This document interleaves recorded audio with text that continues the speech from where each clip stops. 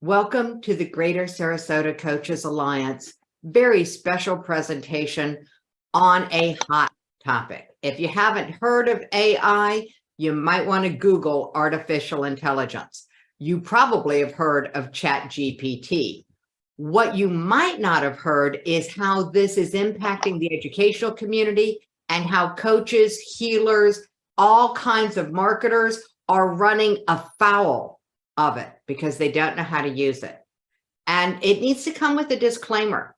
You may not be able to legally claim copyright on what it creates based on your queries.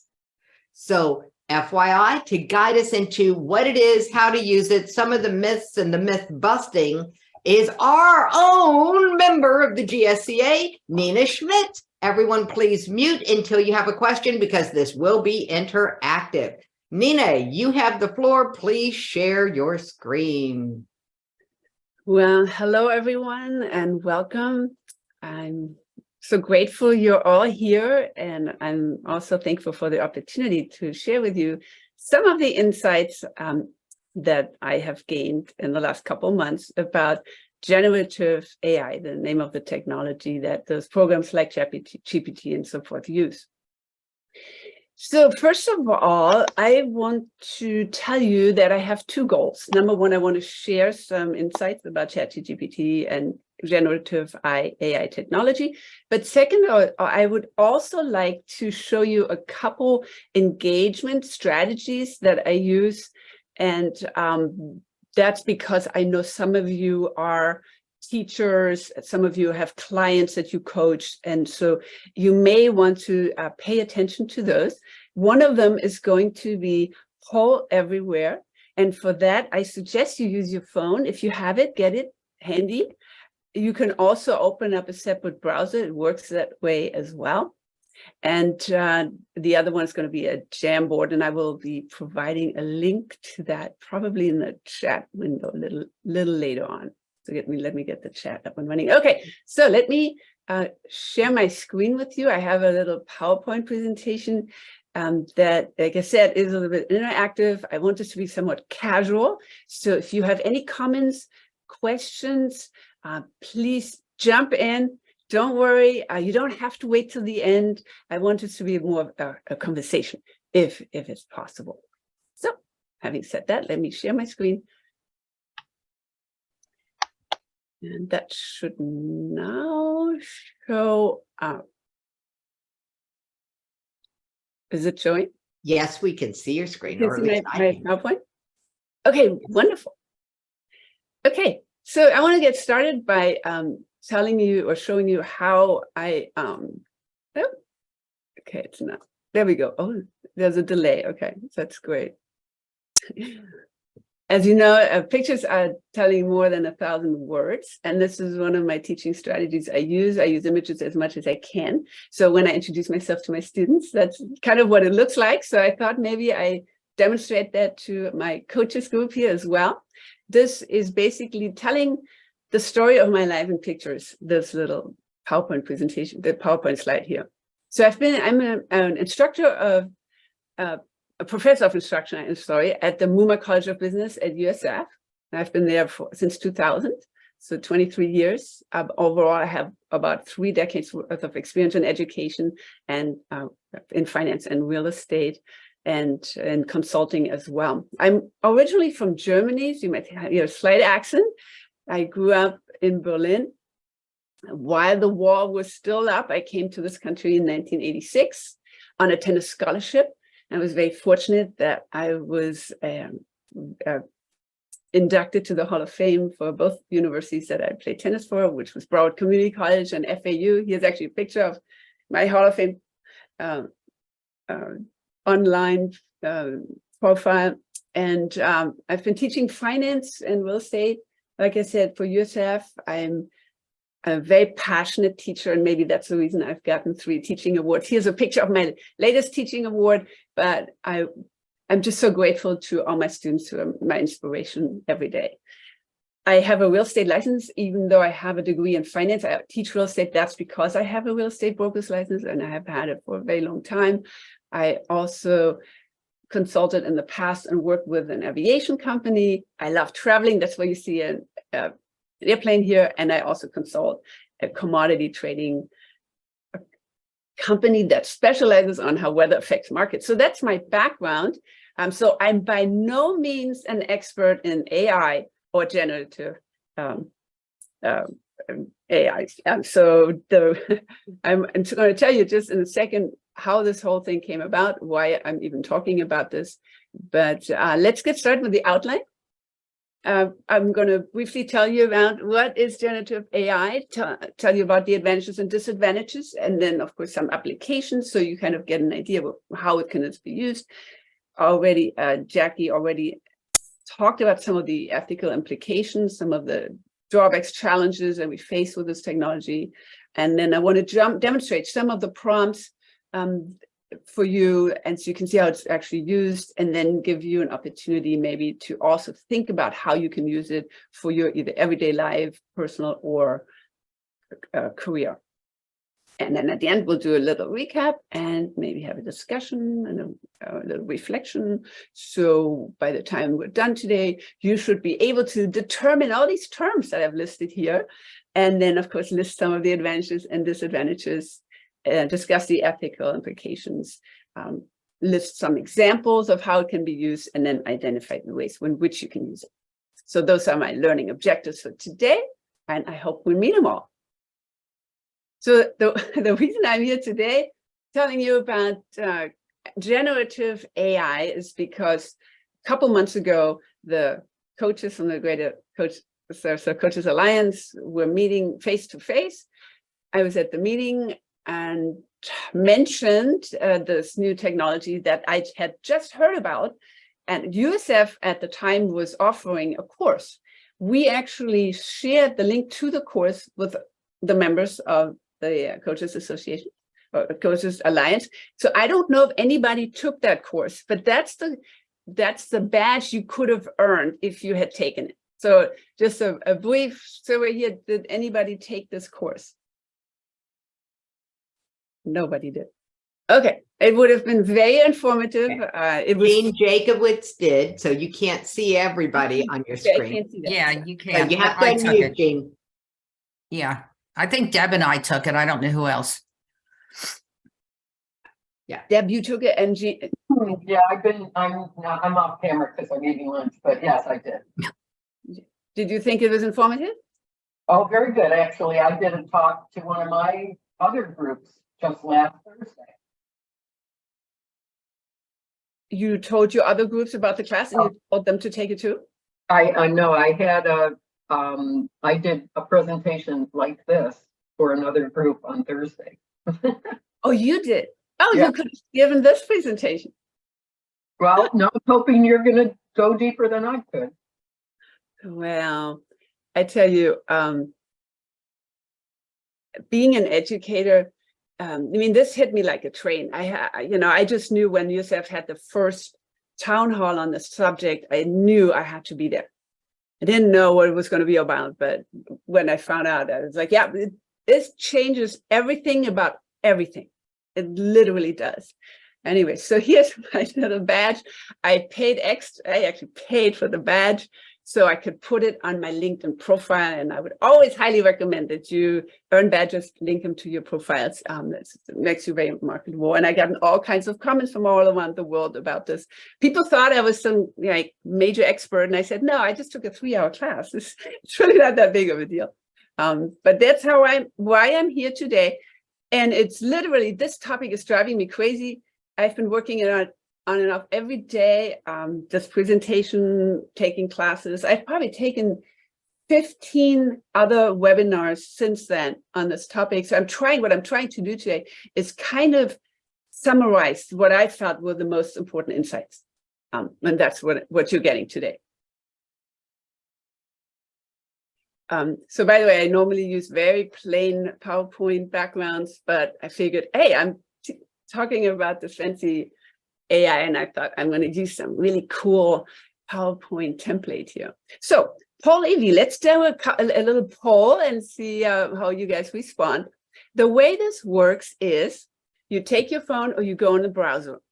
if you go on the browser, you go to a website, and you type in on the top of the, your search screen, polev.com/Nina Schmidt, and that gets you into my account.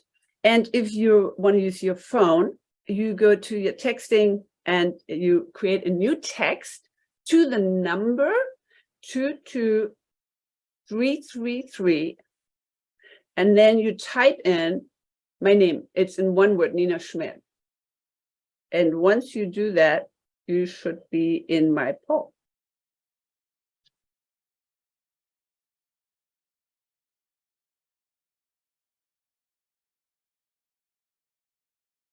Okay, so how do you feel about generative AI? Are you excited, worried, or both? So you can put A, B, or C in there. So now It's only one question, right? there'll be a couple more. There'll be another question. Okay, so now I should be able to click on response. Oh, Nina, yeah. my thing says that C, which I picked, only works after you've joined a presenter session. Text your presenter's keyword to join and try again. Anyway, Is that on your Doesn't matter. phone or And is that's on the that phone, or is it on the browser? phone. I've never had that happen before. on the browser? It recorded me. The challenge is that that's the only question. It didn't go like No, 20. yeah, right now, that's the only question. Oh, good. Okay. Right now it is, but I'm going to go change my PowerPoint, and then you're going to see the next question. So that's interesting. Ingrid, you're always a problem child. I am. I Yeah, can't do that's- anything. I can't that do is- anything. Okay, are you on the computer? Can you open up a browser window and just check if that works? Okay, carry on. Don't wait for me. Okay, so well, that's interesting that nobody's worried, because I tell you, most everybody I've talked to has been very, very worried about the technology until I tell them a little bit about it, and then they kind of relax and go, oh yeah, maybe it's not so bad. Well, But it's, Nina, 75% are both worried and excited. yes, but a lot of people were just worried. Hmm. See, that's what's changing now. I think as we see the benefits, and people are investigating this technology, they're like either excited or both. Yeah. Whereas before, like everybody would talk to, oh, I don't want to have anything to do with this. This is horrible. This is the end of civilization. Leave me alone. And I guess so. That's good. Yeah. 25% is excited. Okay. Have you used the software? Yes, A, no, B, and I'm not sure what that is. C.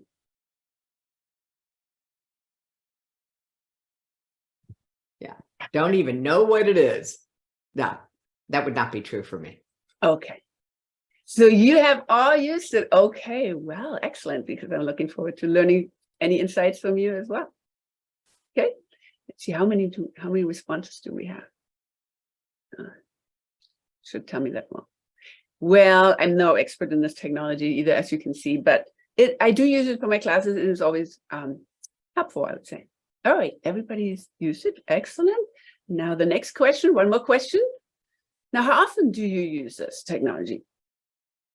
Never is A, rarely B, sometimes, so that's about once a week or so. C, often, a few times a week, and like daily, multiple times daily would be E. So I put in sometimes because I only go there sometimes. Mhm. Members of my team would go there daily, probably. Okay. And some had the experience that you talked about before the meeting, where it used to be that Facebook and social media sucked up time. Now it's shifting to ChatGPT. Yes, I don't know if you guys heard me or if I told this before we started the recording, but I'm playing around with it and I just get lost in time. Today I was playing around with the new Bing image creator. The next thing I know, I forgot my doctor's appointment. Oh, well, that can happen. Okay, actually, what do we have? Okay, what, 20% really? Then sometimes about 33%, often 17, and daily 33, yeah. So I am in the group of daily. I must say, whenever I do work, I use it for everything. I use it for personal and business purposes. Okay, so let's keep moving on then. Here's a quick definition of AI in general, artificial intelligence. It's basically computers performing tasks that normally humans would provide. And some of these you probably know, like speech recognition. And that is, for example, in my car, I have the voice-activated phone system. Since I have a German accent, it doesn't work so well for me, but it's getting better. And it can do translations and so forth. So that's been around for a while, so no big surprise here. But the special subcategory of AI is generative AI. And so it's a type of AI. It uses machine learning and deep learning algorithms to create new and original content. And that's what's so amazing about it, new and original content. So it creates written materials. And that's going to, as you're going to see, is what happens when you chat with a chatbot, a chatbot. It creates creative new images, video, audio, music, and computer code, which is something that comes in very handy for me because I was tasked to introduce programming language, Python and R, to my finance classes. And of course, I'm not a programmer. I don't know anything about these languages, but with the advent of generative AI, now I'm an expert. My students are going to be an expert because it creates any code you want it to, and it can debug code, which is really wonderful too. So it mimics creativity and imagination, which is so hard to even understand, comprehend, right? So here's some terms for you. OpenAI is a research lab, nonprofit research lab that's been around for a few years. By the way, Elon Musk was a co-founder of this technology, but it started out as a nonprofit, and then he got disenchanted when they decided to make money because they raised $13 billion in their for-profit arm from Microsoft. So what's interesting is they do advocate transparency, safety, and responsible use of AI. That's what it says on their website. Now, their robot chat bot is ChatGPT. It was really the first one. It came out in November, and it is a state-of-the-art language model by OpenAI. So that's the chatbot.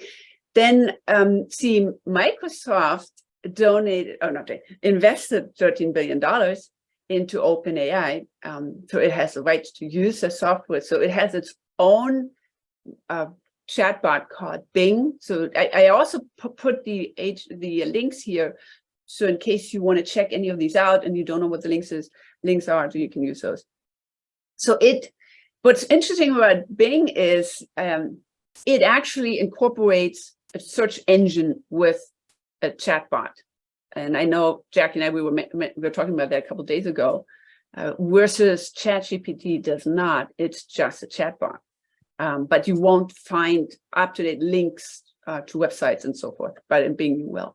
Now, Bing also has a Bing image creator down here. So that works actually really well. And it is very similar, or it embeds OpenAI's image creator called DALL-E. Now, Google has been a little bit behind the A-ball. It has its own chat bot, Bard. I subscribed to that. I was for a few days on a waiting list, and I finally got through. I've used it a couple of times to experiment, but I don't like it at all. I don't think it's very good. But I'm sure they're racing right now to make it as good as ChatGPT. But we have to wait. Now, there's one of the founders of OpenAI left OpenAI and then created his own company, Anthropic.com, and it has its own chatbot called Claude, so French version of it, I guess, so you can check that out. And then, like I said, DALL-E, Bing's image creator, and then Stable Diffusion, those are image creators. Those are all image creators, so you can check those out. So ChatGPT is really the first one, the one I use the most. I've actually finally decided to pay for it. It's how much is it? $20 a month, I think. So what does GPT stand for? Generative Pre-trained Transformer. Was launched November 30th of last year. I found out about it probably in early February. I was kind of late to the game, I guess, as a teacher. But then my world changed, of course. So if you think about that for just a second, how popular it is, in 5 days after November 30th, in 5 days, it got 1 million users, ChatGPT. That's amazing. And by the end of January, they had 100 million. I heard something like 200 million now. I mean, think about that. Enormous amount of people are using it. As I mentioned, Microsoft invested 13 billion. Oh, I was going to say Twitter took 2 years to get 1 million users. Facebook took about 10 months to get 1 million users. So it was valued in January at 29 billion. Just remember that it's still losing money. This technology is not making money for OpenAI or Microsoft. But in the future, yeah, of course, the business leaders expect that it will. So it was trained on 300 billion words. ChatGPT 3, like the early model of it, or version of it, yeah. And that only is fed information up to 2021, so it's not up to date. But if you pay for ChatGPT 4, which is ChatGPT Plus, called Plus, gets you into the model called 4, which is a separate model. And that has more up-to-date information, is more precise and overall more powerful, has better reasoning. But it's, like I said, it's $20 a month. And what's interesting about it is any of these chat boxes, if you ever try to put the same question in multiple times, you'll see, because it learns constantly, and it draws from so many different areas that and pieces of data that the answers will be different, which is pretty crazy. So if you, and I've done that, I put in a question, I got a great answer, and then I didn't copy it. So now I have to go look back in my history and find it because the next answer I get wasn't as good. So answers are not always the same. Yeah. So as I've been learning about this technology, I accumulated some advantages and disadvantages. I thought that might be interesting in sharing. And again, if you have any input, please let me know right away. But basically, for writing, you can think of it, it's like your editor or core writer. It reduces mundane and tedious tasks. And the people that are proponents of the technology say, because it frees up your time that you're not spending on the mundane tasks, you can now spend all this time on critically and higher level thinking skills, analytical thinking skills. And that's kind of like the, the advent of the calculator, right? We didn't have to spend so much time calculating large math problems. Now we just plug it into the calculator. So it gives us time to think of, more critically. It gives actually feedback, you can ask it, hey, give me feedback on this. What do you think? Is this good? Can it be better? It'll ask you that. It can adopt to tasks. You can do a prompt. It gives you an answer. You can say, well, change it up, do a little bit of a different thing. It adopts to that. It will brainstorm ideas for you. It can be a sounding board. It can even rate essays. So I was on a committee that had to rate applications for awards, and I had so many applications. I was literally, my mind was overloaded, and they all looked the same after a while. So what I did, I fed the information in without names, no names of the applicants, but I fed some of the information in, and I said, rate it on a scale of 1 to 10 on, for example, leadership skills. And then it gave me the rating and an explanation of exactly why it rated it like that. Not that I used the ratings, but it was helpful in my decision-making. So it was really amazing. It creates new jobs. Obviously, new technology always creates new jobs, but let's look at some of the disadvantages. Oh boy, yeah, we teachers, right? Oh my God, this technology will pass any exam, pretty much any exam, except some advanced accounting exams, but that's the accountants, they're always special. But everything else I've heard, whether it's a law exam, medical exams, MBA exams, it will pass any exam. So you have to really be, using anti-cheating software. We use proctoring software at USF. I did catch a student, I assume he used it. We got an A, and then I kind of knew he was using some sort of technology, and he was just typing in the questions. And so that was really unfortunate. Ethically, I'm going to talk a little bit more about that later, but there's definitely some issues with, ethics and what can be used, and is it, are you allowed to use information and so forth. It can cause isolation. I think maybe I'm looking for a point of view of a student who might have come in to talk to other students in a study group, or maybe talk to the teacher or TA in person, now they're just going to sit on their computer and use the ChatGPT. So that might cause more isolation. It's biased because it's fed in biased information. Human information is biased naturally, so it's biased. It will give wrong information and facts, so you got to be very careful about that. So whenever you sign up to any of the software, there will always be statements, warning statements saying, we know this could be factually incorrect, what it gives you. So don't rely on any facts it gives you. You would really double check it. So that it's called hallucination. These programs hallucinate. So just be aware of that. There's going to be limitations on the prompts. Even with the paid version, the other day it told me I had 25 prompts in 3 hours. And then today I didn't see that anymore. So I don't know if it's just in peak times. If you get the free version, it can shut down when in high demand times. So just be aware of that. If you ask for text and the citations could either be lacking or they're wrong. So that's another disadvantage. And it will definitely eliminate jobs. So if you, for example, translator, yeah, sure, your job will be gone. So here, a couple more correct grammar, which is great for my students, right? And lots of content out there, as I mentioned to you. And by the way, it has the brain power of 100,000 MacBook laptop pros. 100,000. Think about that for a second. Wow, that's how powerful it is. So for me, it's going to be like a TA, right? My students can use it as a TA. It's my assistant. I can ask it all kinds of questions about creating course content, and it helps tutor students. It can summarize and explain. It is excellent at giving outlines and summaries. It can change writing styles. You can make it text more humorous or more substantive or more serious or more academic. I mean, it's incredible, anything you want it to do. And it helps. It's amazing in translation. I've tried it with German. It's really amazing. And it democratizes education. So before maybe wealthier families, had better access to better education and technology, but now this technology is free. Anybody, as long as you have a computer and internet, anybody can use it, which is really amazing. It levels the playing field. But so Nina, how does it do translation? Do you type in what you want, or can you drop a Word file in and then it translates it?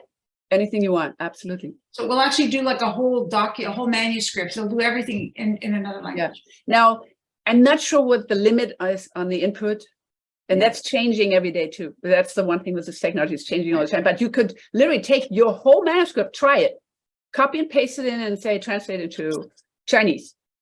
I think it translates into 160 languages.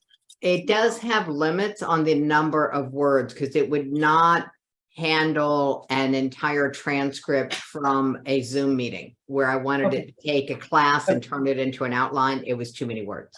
Yeah. And I was just playing around with Bing today and noticed it said 2,000 on the bottom of that input screen. So that's 2,000 characters. Which is not a lot. So you're going to have to do it section at a time then, I guess. Well, the future has the potential that every book on earth could be available in every language. I mean, ultimately. Yes, absolutely. And I think eventually, which is a big advantage, really democratizes education for countries that can't afford translation of things. That's really great. Right. Yeah, privacy concerns. What are they doing with this information that we feed it in our comments and our feedback? Make sure you don't put any names, social security numbers, phone numbers, emails, don't put anything like that in there, in any of these. We just talked about the limitations of the input and output, really. There's no, as far as I know, there's no support. So you can't ask anybody, but maybe they'll have a chatbot doing the support soon. That makes sense.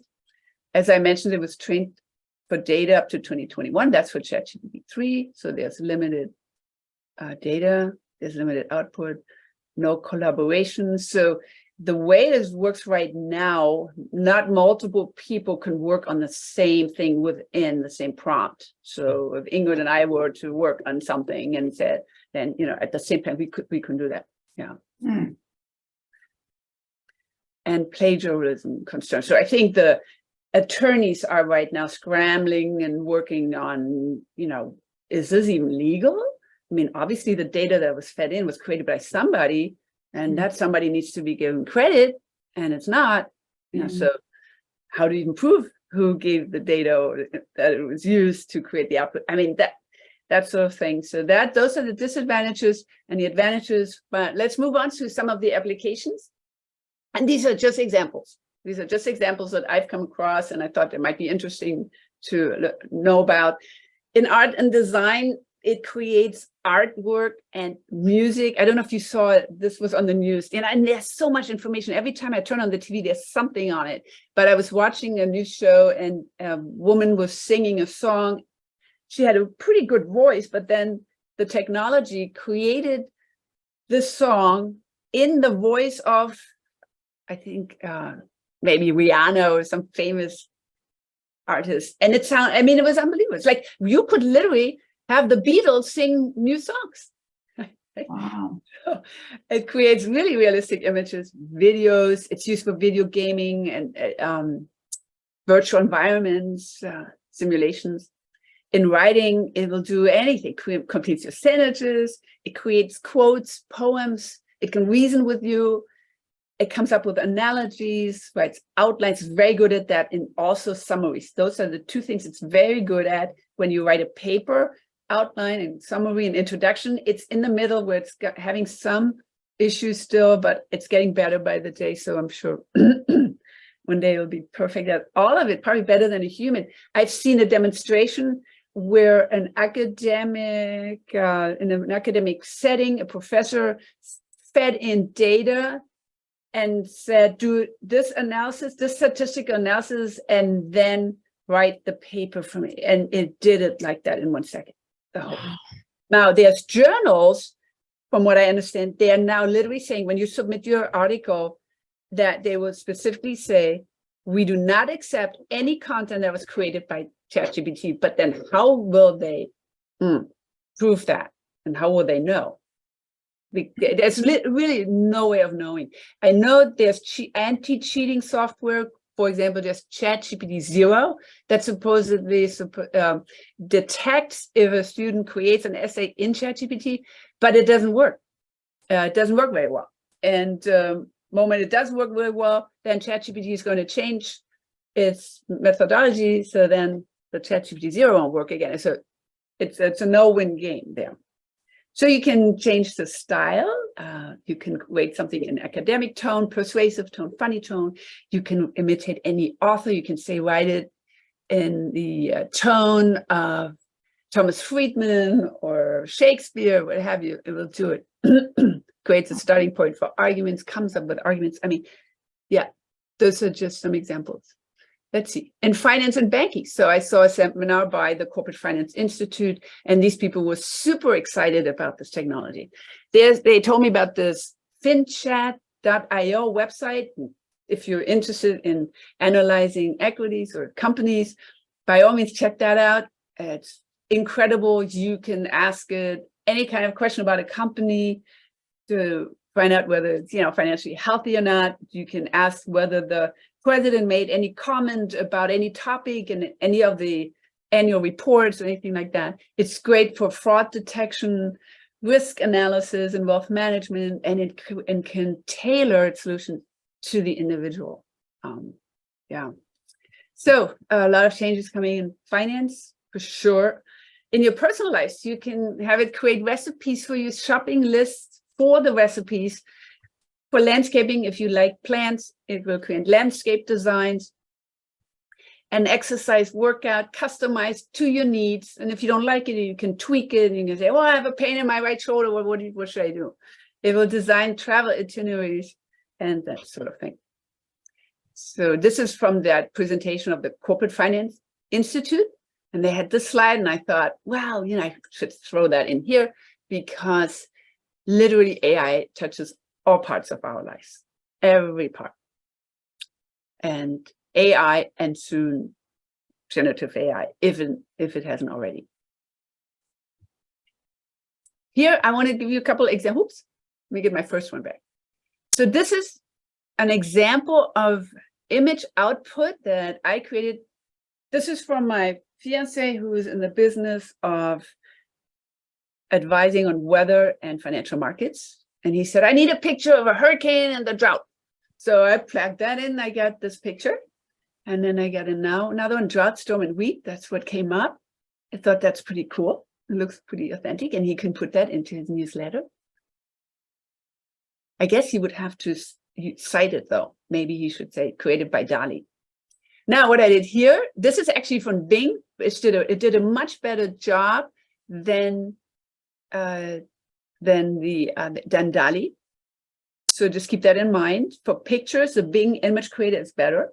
So I said to create a whimsical image of a koala playing basketball, and then a more of a realistic image of koala playing basketball. There's another image creator, which I mentioned before, that did even a better job, but I ran out of time because I've been, like I said, to the last minute, I've been updating my PowerPoints here. But isn't that cute? Koala playing basketball. Here's one Warhol style image of a professor holding a book, and then some variations of it. The technology has problems with hands and fingers. That's what's interesting. But again, I'm sure it's going to get better at it in the future. And here's something else. So I can't recreate this. This is from a presentation at USF I saw, but I don't know how to do it. I've been trying to do it. Supposedly in Bing, you can feed in images in the new Bing and then ask the questions and interpret it in an image. But I cannot replicate that. I have to find out, because when I ask it, why can't I, or how do I feed an image? It says, well, you need to update your software, but I try to update my software and USF won't let me update my software. Here's the problem with Bing is that Bing will not let you use any other browser besides Edge. And I guess USF doesn't like Edge and doesn't allow updates. So I don't know, you can try it, but it's definitely possible. Somebody did it and took a picture of some ingredients and said, create different outputs, like what can you make with these ingredients? What kind of food? Muffins, cupcakes, quiches, omelets, and that sort of thing. Nina? Yeah. I heard some guys on YouTube talking about if you tell the software the ingredients that you'd like to have in your meals, you can, apparently they're saying pretty soon you can say, make me a 5-day meal plan and order what we need. And apparently some fridges have cameras. They can look inside the fridge, see what you're missing, and it will order the food and give you the menu plans. Yeah. So yeah, that's probably pretty already close. Yeah. Yeah, it's getting pretty close.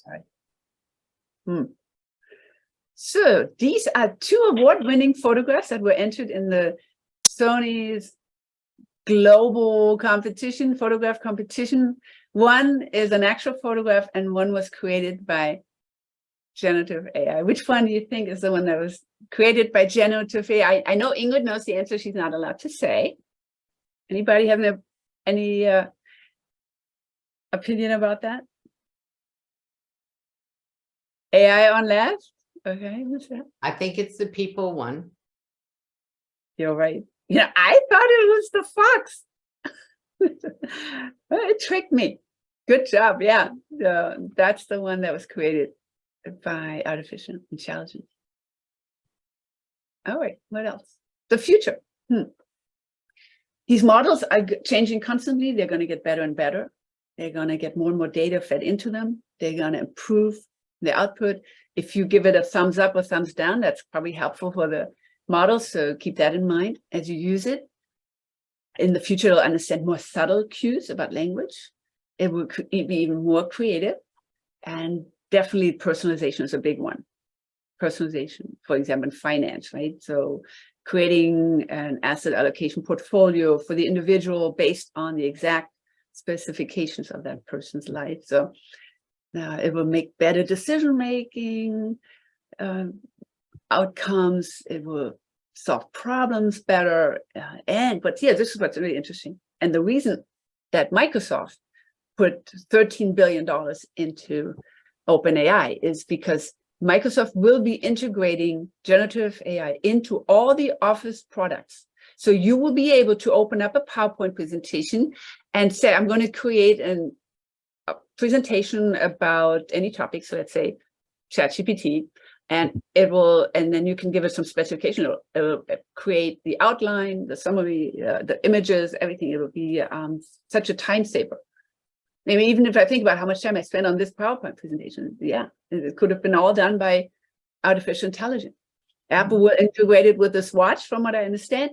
And for example, Expedia, companies will have these add-ons that feed into their technology. So for example, in Expedia, when you go to their website, it will have a chatbot you can talk to and talk about what vacation you want to have and what you're looking for. You know, you like good food, or you like cheap hotels or whatever, and it'll create with you a travel itinerary. Nina, so are you saying that when you do a Google search in a year or two, it's just going to be chat doing the search? So is this like the next level of search, basically? So it's not search. ChatGPT is not a search engine. Now, Bing incorporates both. It's a chatbot and a search engine. And And yeah, GPT, when we asked it to give a definition of my modality, it went and searched the internet and took information off of my website. Oh my God, that's freaky. very interesting. That's really freaky.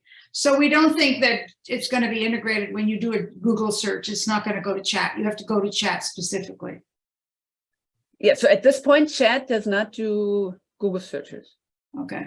The other question But- is, But it was fed in data. So, and nobody really knows exactly what data and how. They don't disclose that. But obviously it found Jackie's information, and that information was fed into ChatGPT or Bing, I guess. And it then uses it as an output. But you can't go in and say, look for this, and then it goes out and searches. It doesn't work that way. It just was fed in information, and then you do your little question, and it spits out based on the model that it uses. It predicts, it's basically predicts the output, and then gives you the best prediction of it. So, I have a question. so remember that it doesn't have data past 2021. So if you asked it about the war in Ukraine, you wouldn't get anything. ChatGPT 3. But Right. if you go to Bing, by the way, Bing incorporates ChatGPT 4. So Right. it is more up to date. And if you pay for ChatGPT, then you're going to get the version 4, which is more up to date. But I don't know if it's up to date to today or last week, or they don't tell you that. But it's Yeah. definitely much more up to date. But But yeah, the other juxtaposition between the two is that when you do a Google search, right, you have to read and read and read and poke around until you get the information you want. But when you ask the ChatGPT, it compresses all that information that's been fed in there. Mhm. Right. That's the juxtaposition between the two. Okay. It picks the information to give you versus you having to go through 1,432,000, search engine options. And then you can ask it, write me a 2-page summary or something, and it will do that. Which I think- Normally it is a 2-page summary. It's not very long for the most part. So Nina, the only other question I have on this slide is, are you saying, now maybe it already exists, but are you saying that you're going to be able to go to Spain, for example, and put a certain program on your phone, talk to it, and the person standing across from you, it will be translated into Spanish? And then what they say will be translated into English? Is that going to be happening? I bet you, yeah. That would be amazing. It already, And I think I've already seen something like that. yeah, that You already already have that? Voice recognition and then translation at the same time. Yeah. Is that I true? thought- I Sorry. stopped the yard guys here in my development to report something, and they didn't speak any English, so they got out their interpreter and on their phone and asked me to speak to that so they could understand what I was saying. That- That yeah, really that's exists. great. That's great. So I have a Some copyright question in the question. chat. Why didn't I use it or so for the PowerPoint? But yeah, it doesn't exist yet. Microsoft has not integrated it yet, but it will. So So I have a question. Yeah. Hi, Leslie. If you said earlier that you can't claim copyright on what comes through if you use it. if it just went to Jackie's site and lifted material from her site, which is copyrighted. Hmm. Do they have the right to do that? And what happens to her copyright, if anything, if other people want to use it? That's a complicated legal question. and Very, very complicated. very And hairy. I'm telling you, a whole group of lawyers are working on that right now. Yeah, And I guess that's somebody like nice. Jackie would have to prove that that information came from her website. If you can prove that, then I'm sure you have some sort of recourse.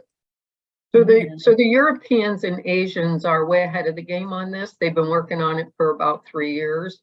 And they're working on ways to ensure that people who have royalties coming to them get them. So these questions have been asked. As a follow-up, I'm happy to send people some articles that I've been tracking. So let's talk about the ethical implications. Of course, a big concern right now is with our election coming up. We realize that this will create deep fakes. It can create videos of people that say something I never did say. So how do you stop that? That's going to be a real problem. And yeah, most people will be good actors and use it responsibly, but the bad actors will always use it in a terrible way, in an unethical way. So it's a concern. For sure, a lot of jobs will be lost, and that could cause economic disruption. That's an issue. Data privacy, I think, we just talked about copyright and all that. And then I just saw that basically this technology can be used to read your mind. It can actually censor the electrical charges in your brain and translate it into emotions and thoughts. So that's not scary. Would you want anybody to know your emotions or what you're thinking? Oh my God. So the challenge will be, what are these safeguards going to be to make sure nothing is illegal, unethical, harmful, or is infringing on copyrights, that sort of thing.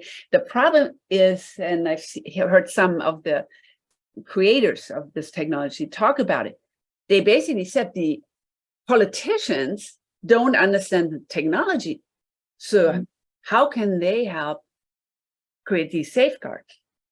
And of course, on the business side, the business leaders, they're driven by profits and maximizing shareholder value. So they're going to be ethical. So that's why I'm worried about it. As I'm very excited about it, but I'm also very worried about it. Now, some people say it'll be the end of civilization. I'm not sure about that. Maybe in 100 years from now, I don't know. Maybe all the robots will take over. But that's it for ethical implications. So I want to move on now and try it. I'm going to go to my Word doc, and I've all these little prompts here in my Word doc, and I'm going to copy and paste them into ChatGPT just to kind of demonstrate and see what it does. All right, let me click on here. So as you can see, I have ChatGPT Plus over here on top. You click on New Chat, and then down here is your window where you type your prompt in. Up here, you have the model. So if I use ChatGPT 3.5, so I guess that's better than the 3 that's free, but that's pretty good on reasoning, very fast, not very concise. But if I switch to ChatGPT 4, now look, my reasoning is super high. Speed, it slows down a lot, but it's much more concise. So I have a choice between 3 and 4. I'm going to use 4. I pay for it, might as well, and see what it does. So write a poem about executive coaching and use 10 lines, because I did it without the 10 lines and it was kind of long. So I shortened it, but it was a little bit more precise. So the more precise you can be on your prompts, the better.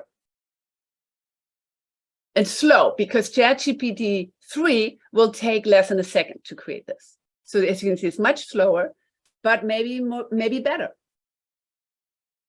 And I don't know if you can see, it's a little small, but it does a pretty good job. And if you do want to write a poem, maybe about this topic, maybe you use parts of it. And that's why I'm saying it's like a co-writer, it's a co-editor. Not bad, right? Okay, and then you can say, now how about this one? make it a haiku. Do you know what the haiku is? Anybody know what a haiku is? No.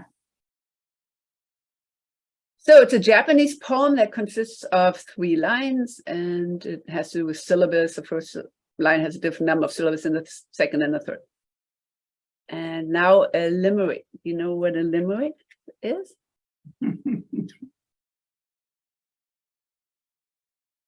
Limerick is a humorous form of poetry.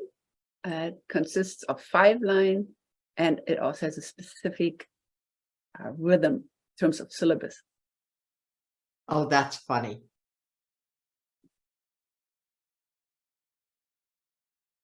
That's amazing.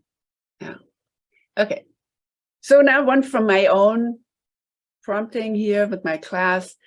So I teach time value of money and how to calculate future values and our present values. And I wanted to tell me the steps on how to solve that kind of problem. I'm a student, right? And I'm going, hey, how do you solve the future value problem?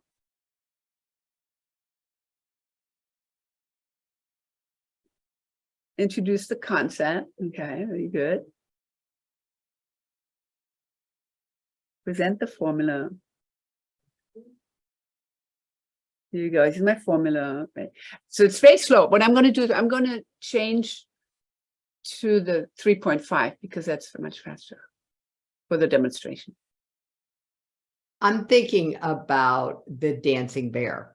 The amazing thing about a dancing bear is not how fast or gracefully it waltzes, but the fact that it dances at all.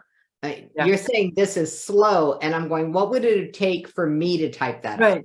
No. And but I'm getting spoiled because you see now to change.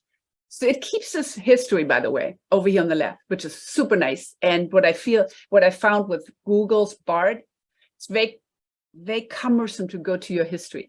But anyways, in order to change my model, I can't just go up here and change it. I have to go new chat. And now I'm going to go to the 3.5 and I'm going to put my next prompt. Oh, I said creative 5-question multiple choice quiz for what I just asked it. So it does that with this answer key in a split second. Okay, let's go back next. Let's create a diet for somebody with diabetes. Wow. Yes, your breakfast, lunch, and dinner. And general guidelines. How is that? Okay, how about the next one? I've got to move my Word doc. Not happy with that. Okay, write a 100-word Facebook post about how executive coaching can help clients. I restricted it to 100 words because when I didn't do that, it had a lot longer output. Okay, this one I like a lot because Ingrid told me I should ask it, and you guys would like that. You create a tactful email to a client that you do not wish to work with due to their unrealistic expectation, and do it in only 200 words. How about that one? Here you go. Dear so-and-so, I hope this email finds you well. I wanted to reach out and blah, blah, blah. It's the perfect email. Again, you don't have to use it word by word, but you can certainly use it as a guideline. How about that one? Okay, how about another one of Ingrid's suggestions? Create a tactful response to your in-laws, informing them that they stay with you over Christmas. How about that one? Yay, Ingrid. Hey! There we go. I copied that down. I'm copying this one down. Yeah. So you can copy that and put it in the chat, please, Nina, so that we can just save chat. And P.S. Don't bring the dog. Oh my Okay. goodness. Okay.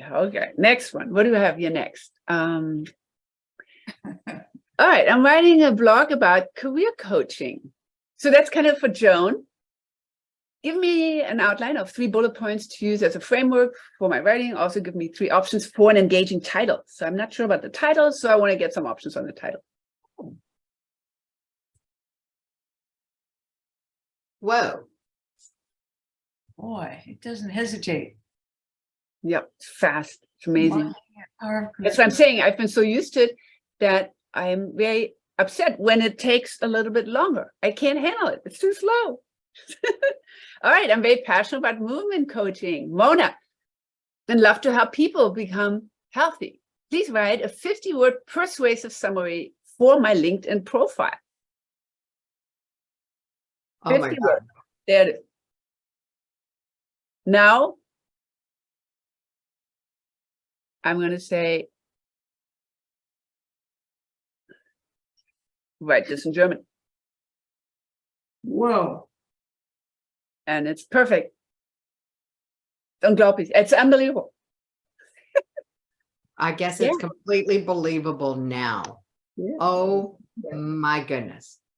Yeah. Oh my goodness, it's right. So next, what I'm going to do, I'm going to go to the chat here, and I'm posting a link to a Google Jamboard. So if you guys don't mind opening up that link, because I'm going back to my PowerPoint now. Here's the link. And by the way, I'm happy to share the PowerPoint later on with the group, so you have all that. And you, by the way, this Jamboard will be there. It'll always be there. You can go back to it and get more stuff in. So what it is, it's a collaborative tool, and it's engaging in online settings like this. That's designed by, where is it? Oh, here, first one.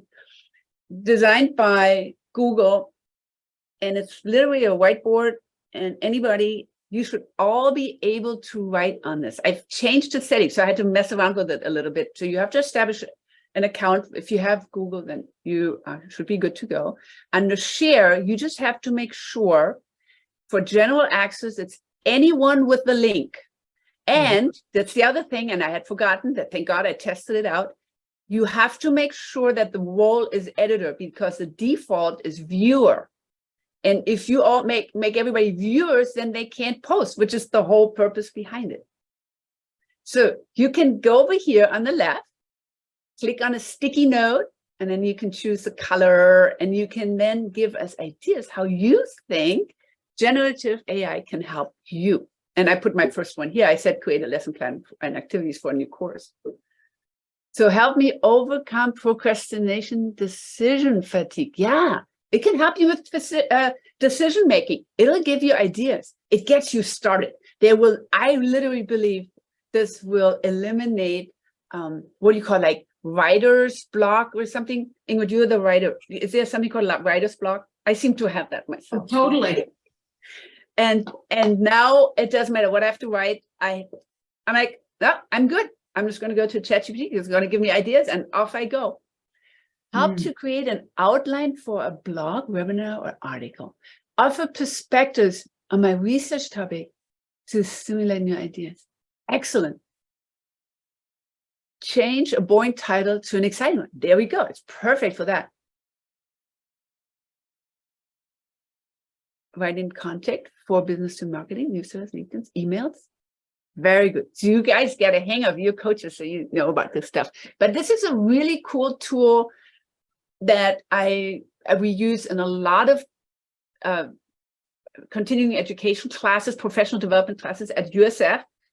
And what typically happens in a larger group, so we are only about 10 or so. So I figured this is pretty just straightforward, so you get the hang of it. But up here, you can see that you can have different pages. So if for a large group, what you would do, and Ingrid, you're the expert on the group facilitation, you would put people into groups, and you can do that in Teams. You can probably do it in Zoom. I don't use Zoom. I only use Teams. But you group them into groups, so then they get separated out, and they only see each other within the group. And then you give them the link to the Jamboard, and then you say, you're group 1, you're group 2, you're group 3, and then page 1 would be for group 1. Page 2 would be, you would put up here, you would write something in there. You would put a text box, and you will say, this is for group 2, right? And maybe this next one's for group 3. And see that? And then they can do whatever they do on each other's pages. Wow. Is that pretty cool? That's very cool. All right. So next, what I wanted to do is maybe some of you who have the technology have signed up, maybe share screen and maybe demonstrate something that you've done or you're interested in doing. Or if you don't have the technology up right now, you can ask me to put in something and just to see what it comes up with. Maybe in ChatGPT 4, maybe you're interested, maybe you're not paying for it. Maybe you want to see what ChatGPT 4 comes up with. All right. Anybody else like totally dumbfounded and blown away? So if Totally. you're dumbfounded and blown away, put a 1 in the chat. We'll go old school. And then if you have a question that you've always wanted the answer to, you know that old book, Everything You Ever Wanted to Know About Sex, but you were afraid to ask? I'll bet you could ask it here and it would be safe and we can find out what the answer would be. So this is open-ended. Pop it into the chat, raise your digital hand, unmute, holler at Nina, get our attention, and let's have fun with this. Yeah, let's have a little fun. Ingrid, you always have such great ideas. Let me go to ChatGPT 4, maybe the more powerful version. And you're looking for a question? Anything. All right, so I'm trying to integrate. I'll just go first. I'm trying I to gave you integrate- like 20 examples of how you can use it. I'm thinking. Yeah. All right, ahead, so Jackie. I'm trying to integrate the mission to end suicide with the promise of conscious transformational coaching. Okay, And I want to blog about that. The mission to end suicide, or what we say now is end the need for suicide intervention programs. The need. integrate the mission for the To end need. To For the need? eliminate the, you want me to type it out for you?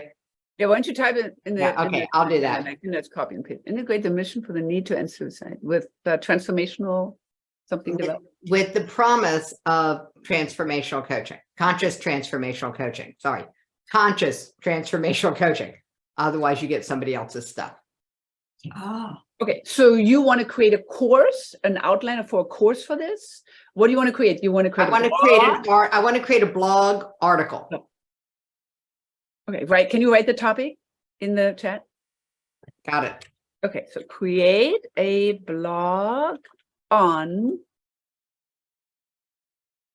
how to integrate.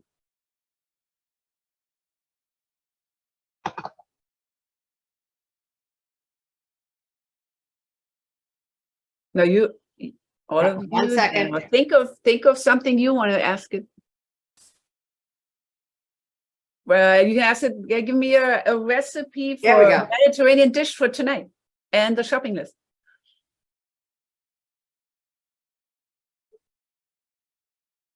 I want to see Jackie's. Oh, there it is. The mission to end. How the need to integrate the mission to end the need for suicide intervention programs with the promise of conscious. That's complicated. That's really complicated. Well, let's see what it does. That's why we need ChatGPT 4. We need all the power here that we can get. Embracing conscious. Holy mackerel.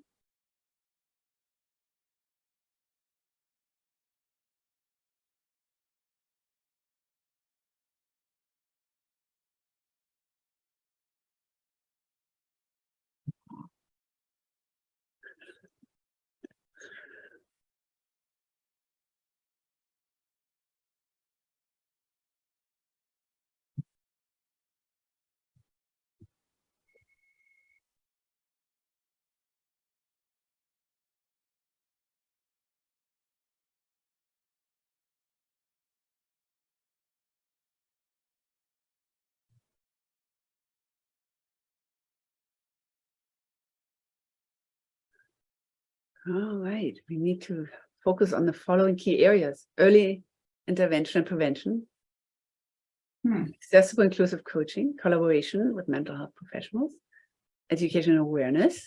Do you like it? What do you think, Jackie? I do so want you to save that for me. I was just going to say, do you want me to copy and paste it? Yeah. That's really quite Cool. amazing. And again, you're not gonna necessarily use all of it or exactly what, but it's a brainstormer, right? Helps to create ideas. How about that? I mean, this is what I would, the way that it is, I could send it to the board of directors of the Teen Suicide Prevention Society and all of my certified coaches, and let them give me feedback on it. And then we could decide what would go where. But it could certainly go on my LinkedIn profile with some minimal editing. You want me to just save that in a Word document and send it to you later? That would be awesome. Because yeah, that's going to be too big for chat. Jackie, this may be getting too into the weeds on this, but you and I have had conversations about this and about your mission. And I wonder about the opening step of early intervention, because it seems to me your focus is to bring transformational coaching so that there is not a need for early intervention. That doesn't Right. happen So first. we that would would be change some of the the language to match my mission. Yeah. Okay. Yeah, absolutely. I would never use something from ChatGPT without absolute clarity of editing. Of course not. I'm Yeah. just saying. But yeah, because I believe that early intervention means before you think they need help.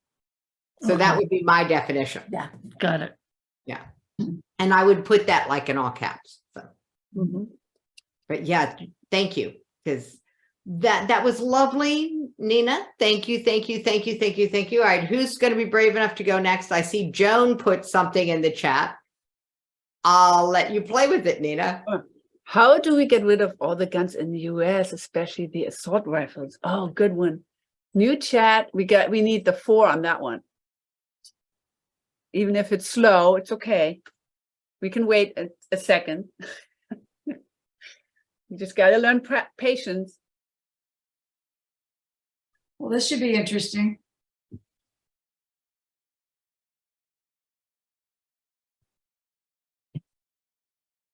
Multifaceted issue. You No, need to strengthen the no legislation. doubt. Yeah. Banning, federal ban. Huh. I'm thinking that it missed one key critical point. The issue is not the guns. Yeah. The issue is the people who use them. Okay, well, it's a conversation. You have a conversation with chatbot, with your chatbot, chat robot. So you can say, let's see, how would you want to expand it? Also integrate. Well, they put mental health support in there. Yes, mental health support. Identify and address potential risks, as well as discourage them from. Yeah, the challenge is you can't tell by looking. It's the same challenge we have with suicide prevention. You can't tell by looking. Also, it seems like it depends on what you ask, because what you asked here is generic. That's pretty generic. Those steps have been done in places like Australia and stuff. The question really is, how does America overcome its political inertia? That would be a more challenging question. On the topic above. Yeah. How do you overcome Political inertia is what she said.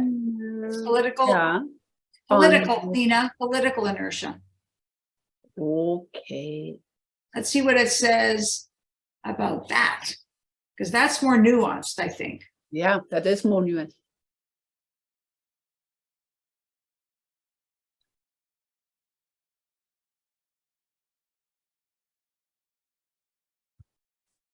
Public dialogue. Common ground. I like the coalition. Well, that's interesting. Gun owners, Oh my God, get them all at the same table. That could be interesting. unarmed. Pursuing super Poison darts would still have to be considered armament. Interesting. This is actually pretty good.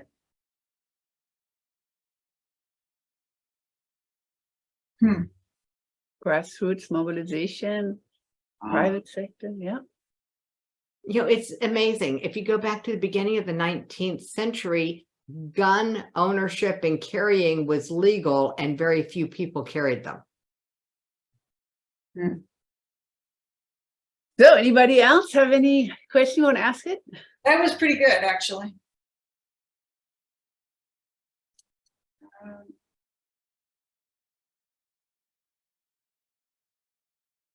In the It looks- chat. Let's see. I've used a version.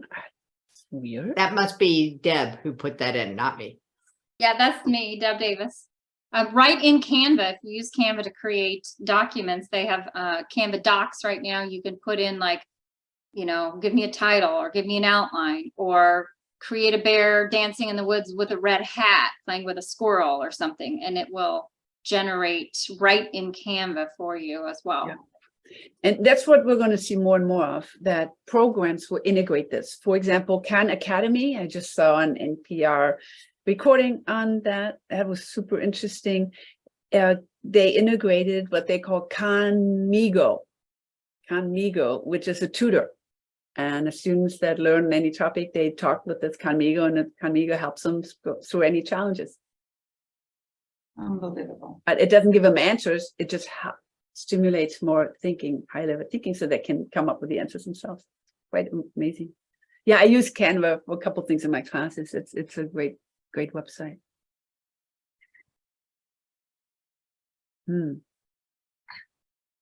I just, this is Deb Davis again. We just sent in my family a letter to all the aunts and uncles and cousins and grandparents, creating a secret word, because as we were talking about the scary uses of this, it can also take a snippet of someone's voice, like a video you have out there, your voicemail message, and create a whole dialogue. So we wanted in our family a safe word. So if any kind of call that was generated maybe to my parents that appeared to sound like a grandchild asking for money or whatever, those awful stories you hear about, we've established a family code word. So some of those things we can take precautions with the eerie, evil side of this technology. That's a really good idea. Excellent. Thank you, Leslie, for that kind comment. Really appreciate it. So I have one more slide for you, my last one, and we can do more as people have time. We can do more experimenting here. But just to kind of recap and summarize, we're all touched by AI, and we will all be touched by this ChatGPT generative AI. It's a real game changer. People related to the invention of the internet, the invention of the calculator, sliced bread, name it, the wheel. It's really that big, and it's rapidly changing, which is really crazy. I remember not too long ago, I put in ChatGPT, I'm creating a class on topic A, give me the lesson plan, the syllabus, the activities, the quizzes, and the solution key to the quizzes. And it spit it out in a second. And then I did it 2 days later, and it said, I'm very sorry, but this material is copyrighted. I'm not allowed to give out any information relating to educational material. But now it's doing it again. So it's, I don't know what happened. So interesting. There are two sides to the coins, as we talked about, opportunities and challenges. My suggestion is don't be afraid of it. Be willing to embrace it and adapt. Yes, and we got to be resourceful.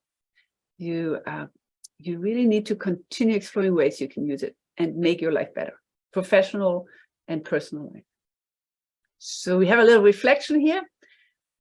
Has this presentation changed your view at all about this technology? What did you find most interesting and what's most surprising?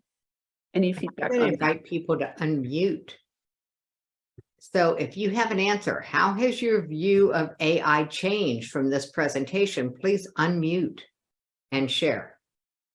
I'm going to say that image creation was really helpful, Nina, that you gave us this information about site on image creation, because I was not up to speed on that, even just using ChatGPT for questions and writing articles and then, really using it as an outline to write articles also.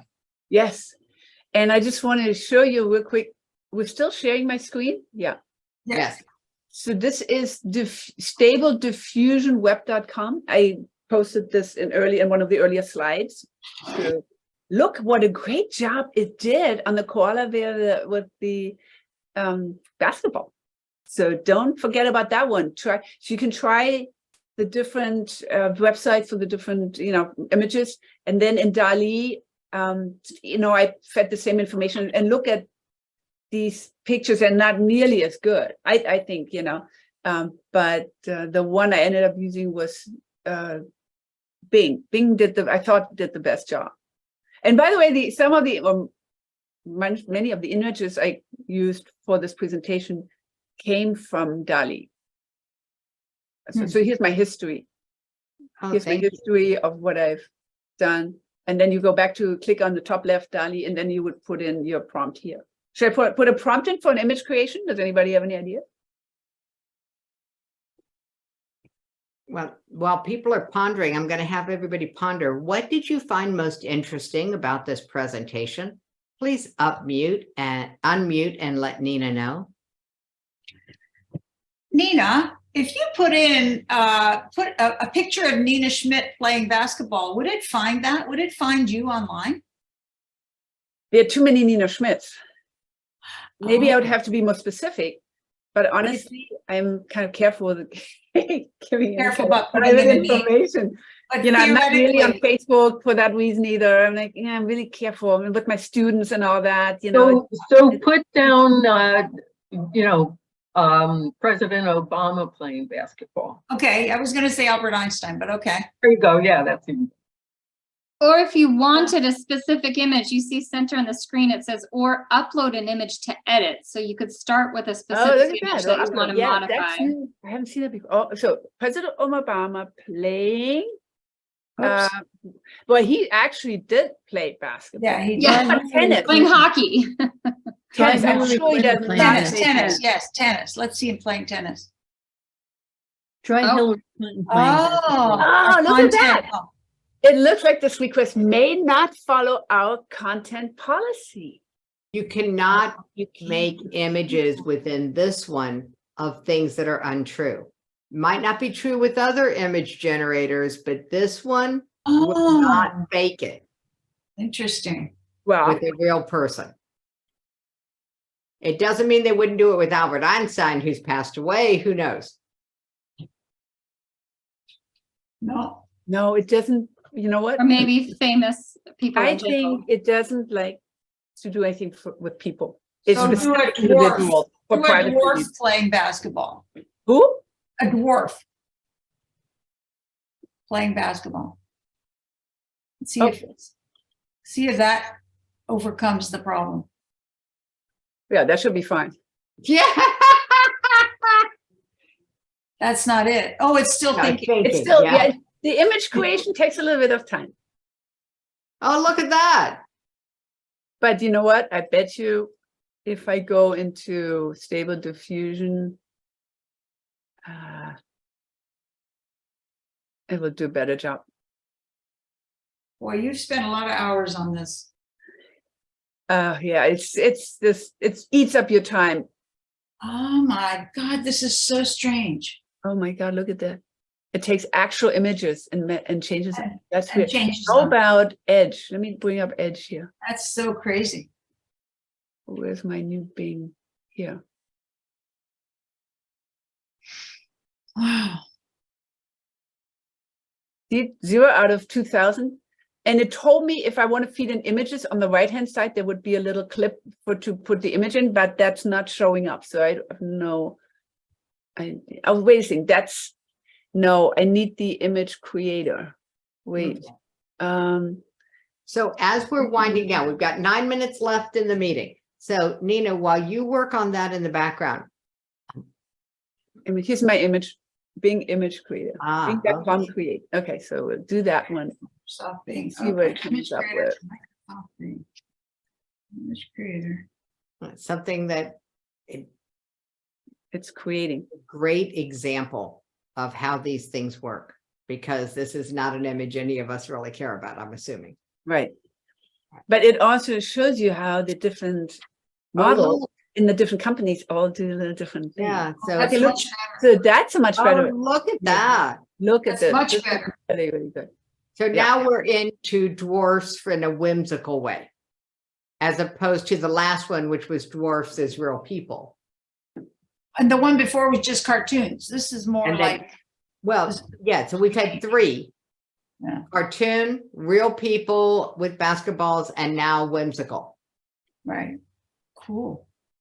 So that's really phenomenal. Thank you, thank you, thank Realistic you. way. Okay. All right.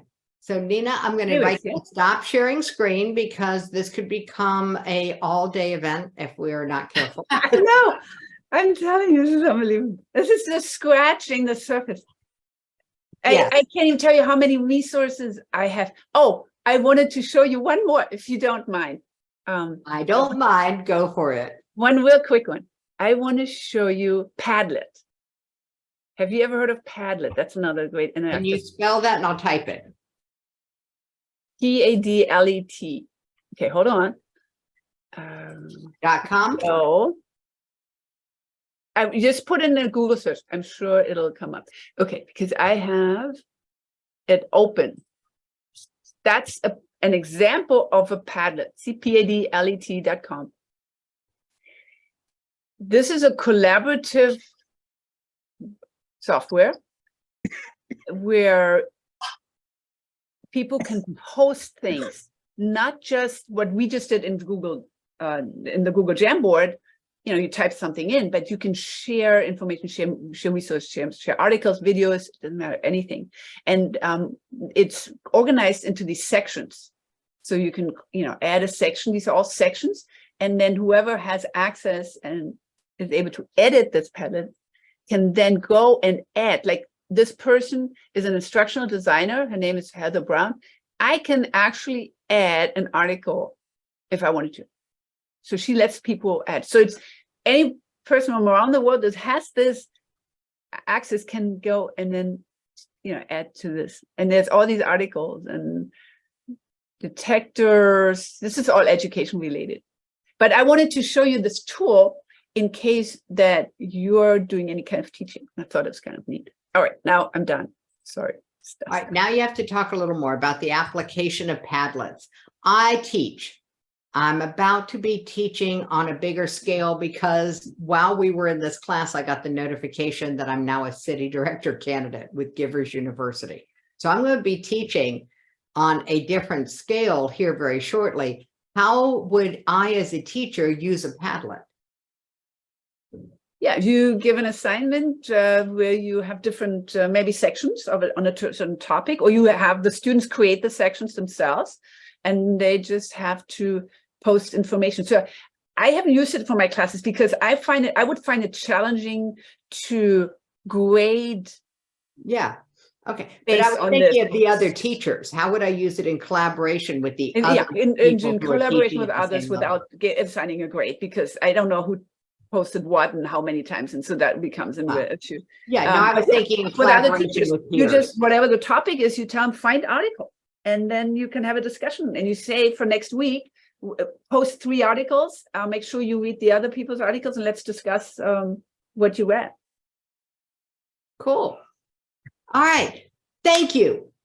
Pause. It is now 5 minutes till the end of the thing.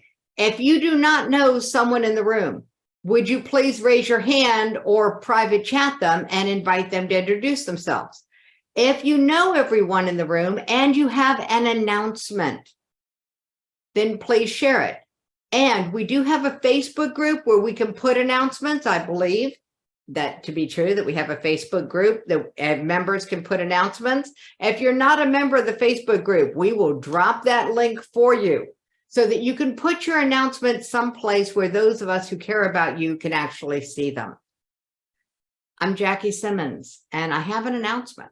My company doubled in size, and I went from having 2 pillars, the Teen Suicide Prevention Society and the Conscious Transformational Coaching, to now having 4 pillars, because I've partnered with the Great Discovery, which is 6 Sigma training distilled down for the masses, just pure logic. And I've partnered with Givers University, which is changing the culture from givers to bring givers and takers, like as in, wouldn't you like to be surrounded with people who self-identified as givers versus takers? They're bringing that discernment, and they're doing this by bringing in nutrient-dense foods. So pre-launch on that. The other one is in pre-launch, and between the 2 of them, they're creating bigger and bigger stages for me. So my invitation is to everyone, if you want to get your voice into the world, look at who you can partner with, who's getting their voice out into the world. I'm part of a collaboration event this coming weekend. If you want to attend for free, let me know. I'll get you a link. So thank you, thank you, thank you. Who else has an announcement about any seismic shifts or 2 minutes? Let's go fast. Ingrid, you're still unmuted. Deb, talk. No, I'm not muted. I know. I am unmuted, you're right. So nothing you want to say. All right. So cool. For those who missed Mona's announcement at the beginning of this, Mona took it upon herself to say, yes, I will apply. And no, I don't have any of your requirements. And this is what I have actually done. And these are the patents I hold. And this is the reality of the impact I have in the world. And she got the diploma. She got the designation. She received acknowledgement, not because she met their criteria, but because she shared her criteria. Where do you need to be doing that in your world? That's my question to everyone in our community. Where could you be writing the rules instead of accepting other people's?